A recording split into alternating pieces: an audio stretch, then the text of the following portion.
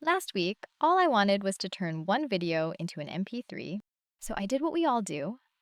I searched and clicked the first thing that promised free. Cookies, pop-ups, a paywall for a 5-minute file. And it's the same circus for every tiny task. So I ended it. One command, every tool I'll ever need.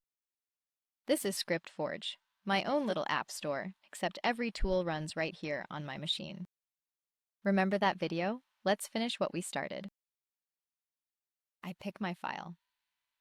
And this time, nothing leaves my machine.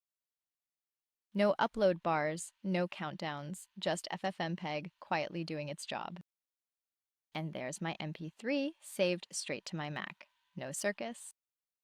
But here's the real magic. The tools I don't have, I can forge. Remember those background remover websites? Watch this. I review everything before it can run. Nothing installs without my yes. Codex writes the script with GPT 5.6 and builds a little app around it. Let's try it on a real photo.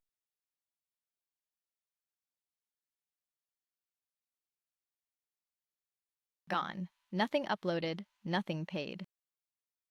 This tool did not exist 10 minutes ago. Some tools need real programs, like FFmpeg. Missing! The doctor works out how to install it on my exact machine. It shows me the commands. I approve. It handles the rest.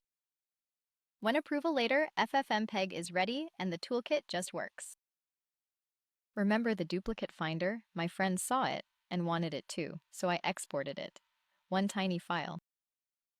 Now pretend this is her Mac, no tool in sight. She drops in the file and ScriptForge validates it before anything can run. The whole tool in one file, that's how you share it.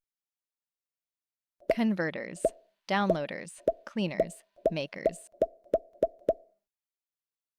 You only need one. ScriptForge, the app store where apps don't exist until you ask.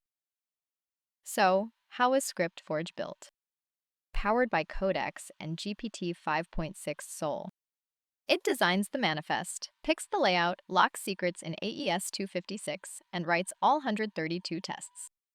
I even asked for a database once. File system manifests instead, inspectable, portable, no database needed. Every session left a receipt, real token counts, real cost. Resume any of them, the whole build, one command away.